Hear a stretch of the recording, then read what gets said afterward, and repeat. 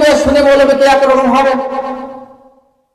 যে ব্যক্তি পড়ছে আলেম আর গাইরি আলেম কে একরকম হতে পারে? আমরা তো হুজুর একটা দেখলে মনে করেন যে এটা আলেম। ঢাকা শহরে এক মহিলা প্রায় খতম পড়ায় তার বাড়িতে নিয়ে, একজনকে বলছে বাবা তুমি কয়জন হাফেজ ডেকে নিয়ে আসো।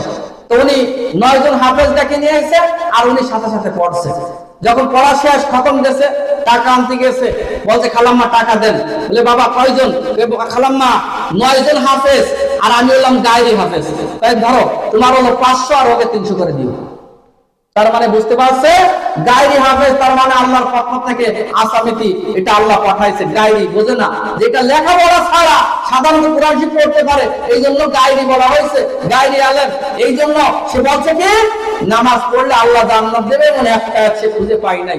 অথচ আল্লাহ পাক সূরা মুমিনুন, কি সূরা কথা বলেন, সূরা মুমিনুন 23 নং সূরা, এই 23 নং সূরার 9 নং আয়াতে আল্লাহ বললেন ওয়াল্লাযীনা হুম আলা সালাতিহিম ইউহাফিজুন, আর যারা নামাজের হিফাজত করবে, তার মানে ঠিকমতো টাইম বাই টাইম যারা নামাজ পড়বে, উলাইকা হুমুল ওয়ারিসুন, আমি আল্লাহ তাদেরকে ওয়ারিস বানাবো।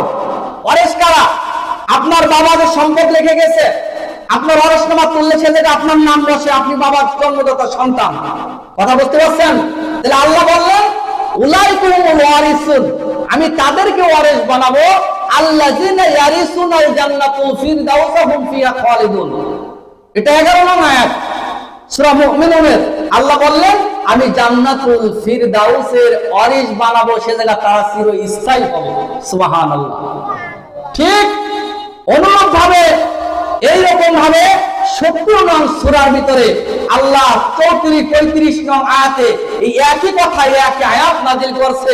আল্লাহ বলছে নামাজের হিফাজত করলে আমি তাদেরকে জান্নাতুল ফিরদাউস, জান্নাতে ঢুকাবো, জান্নাতের ওয়ারিস বানাবো। আমার তাহলে আয়াতের ব্যাখ্যা, আল্লাহ বলেন ওমিম্মা রাযাকনাহুম সিররা ওয়া আলানিয়াতা ইয়ারজুনা তিয়াতাল্লাম তাবুর। 3 নাম্বার কথা আল্লাহ বললেন আর তোমাদের যে রিজিক দিয়েছি তার থেকে তোমরা খাও, আর আল্লাহর রাস্তায় তোমরা যারা ব্যয় করো, এই ব্যয় করলে ডান হাতে করলে বাম হাতে যেন না জানে, দান করে 3 ব্যক্তি তওবা কিয়ামত পর্যন্ত কবুল হয় না।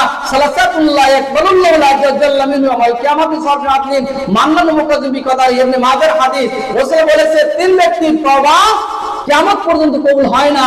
1 নাম্বার মা বাবার অবাধ্য সন্তান, যারা মা বাবাকে গালিগালাজ করে, মা বাবার সাথে খারাপ আচরণ করে, এদের কোন ইবাদত এদের জন্য